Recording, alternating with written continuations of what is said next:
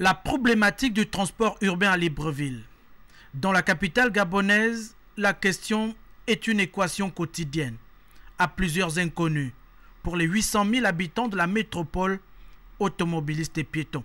Alors, le transport à Libreville, vraiment, là, actuellement, il y a un problème de taxi et un problème de Socatra aussi qui n'arrive pas à alimenter la population. Regardez comment on transpire. Il n'y a pas de taxi. Les taxis, c'est Rio 5. Alors qu'on part à Ovendo, il n'y a pas de taxi. On fait comment? Entre les bouchons et les travaux en cours, le transport ici n'a pas de temps et de taux fixe. À la tête du client, les usagers de la route subissent la loi des transporteurs, souvent bien au-delà des tarifs légaux. C'est vraiment dur. Il faut proposer de temps en temps pour être à l'heure, sinon vous faites blâmer par les patrons. S'ils peuvent nous mettre 100 bus dans l'immédiat, ça va trancher. Ne fût-ce que 100 bus, ça va trancher ce problème de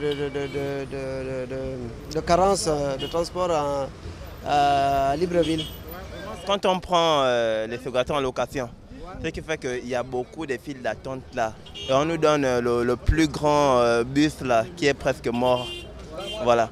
Donc il y a l'attente, en plus les échangeurs, ça cause des embouteillages. Donc ce qui fait que il y a vraiment un problème de transport. Visiblement, la société gabonaise de transport aujourd'hui éprouve de réelles difficultés pour faire face à la situation. J'ai donc chargé l'Agence nationale des grands travaux, la NGT, de procéder à la restructuration de la Socatra, dans le but de garantir une plus grande efficience dans la gestion et le fonctionnement des transports humains. La restructuration annoncée de la Socatra est une mesure salutaire pour ce secteur du transport urbain à Libreville et à l'intérieur du pays.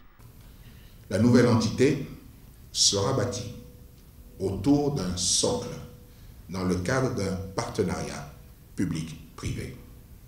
Elle devra nous permettre d'accroître l'offre des bus pour rendre attractif l'utilisation de ce mode de transport, d'où l'acquisition prochaine de 150 bus de 75 places et de 52 bus de 30 places.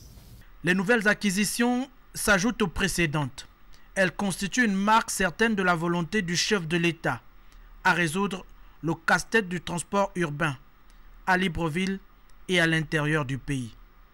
L'absence d'un véritable plan d'urbanisation et la désorganisation du trafic ne garantissent pas une fluidité dans les déplacements des populations. Cette situation, vous conviendrez avec moi, pèse lourdement sur le déroulement des activités économiques et sociales et se traduisant très souvent par des retards au travail et à l'école.